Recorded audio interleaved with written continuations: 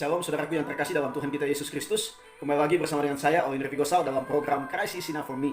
Saudaraku, apapun kondisi kita hari ini, mungkin banyak cobaan yang kita alami, mungkin banyak pergumulan, tekanan hidup, bahkan juga mungkin ada ketakutan menghadapi kondisi penyebaran COVID-19 ini.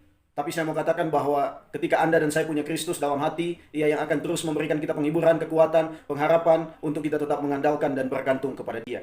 Saudara, kelanjutan dari Roma pasal 1 ayat 1, di sana dikatakan, dari Paulus, hamba Kristus Yesus yang dipanggil menjadi rasul dan dikuduskan untuk memberitakan Injil Allah.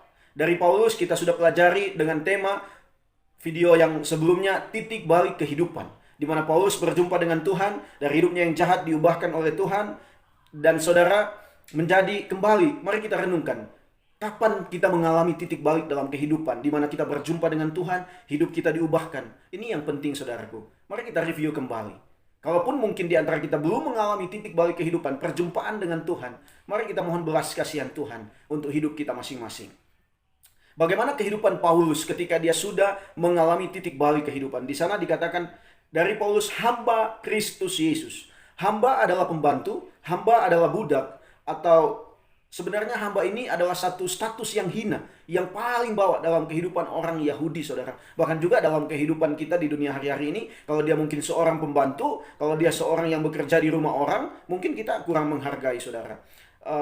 Hamba itu dia tidak berkuasa apapun atas hidupnya, karena dia berada di bawah kekuasaan seorang tuan yang sudah membeli dia, yang sudah membayar dia. Nah ini, jadi dia nggak bisa memutuskan sesuatu sesuka dia, semau dia nggak bisa buat seenaknya, nggak bisa saudara. Karena dia harus taat, dia harus tunduk pada perintah yang disampaikan oleh tuannya.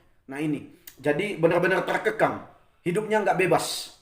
Nah, Paulus katakan hamba Kristus Yesus.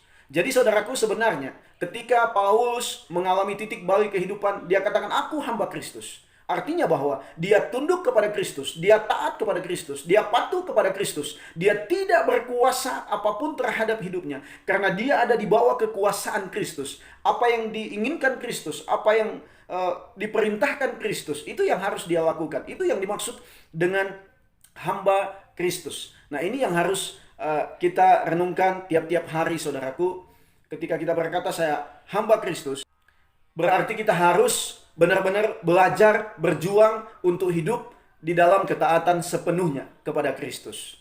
Ini yang kita harus renungkan saudara. Jadi saudaraku, hamba Kristus atau hamba Tuhan itu bukan hanya pendeta, bukan hanya penginjil, bukan hanya rohaniawan, bukan hanya orang-orang yang dikatakan dia aktif dalam kegiatan-kegiatan gereja, bukan saudaraku. Tetapi sebenarnya hamba Tuhan, hamba Kristus adalah orang-orang yang dalam hidupnya berjuang untuk taat kepada kebenaran firman Tuhan, untuk tunduk kepada kemahakuasaan Tuhan sendiri. Ini yang harus kita renungkan saudara. Jadi ketika kita sudah berjuang, belajar untuk tunduk kepada Tuhan, kepada firman-Nya, kepada perintahnya, berarti kita bisa berani berkata, saya hamba Kristus. Tapi memang untuk berkata saya hamba Kristus memang sulit saudara, karena memang kita terus dalam perjuangan sampai mati saudara. Jadi seorang hamba Kristus, dia bukan berjuang berpikir, saya mau melakukan sesuatu yang baik menurut pikiran saya untuk Tuhan. Bukan, saudara. Tetapi harus terbalik. Apa yang Tuhan mau, apa yang Tuhan inginkan, itu yang harus saya lakukan untuk menyenangkan dia. Bukan lagi apa yang saya pikirkan, bukan lagi apa yang saya mau. Bukan, saudara. Tapi apa yang Tuhan mau, itu yang kita mau kerjakan dan lakukan di dalam hidup.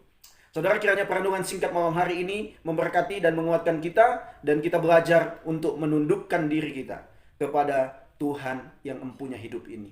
Tuhan Yesus memberkati kita, kiranya kita tetap ada di dalam doa menghadapi penyebaran COVID-19. Kita mendoakan orang lain, mendoakan diri kita sendiri, keluarga kita, dan kita mendoakan Indonesia, bahkan seluruh dunia, supaya tetap tenang, supaya tetap waspada, bahkan tetap beriman kepada Kristus. Kita doakan juga saudara orang-orang yang berjuang memberitakan Kristus di tengah kondisi yang tidak mudah ini, supaya firman-Nya terus diberitakan. Tuhan Yesus memberkati kita semua saudaraku. Selamat malam. Shalom.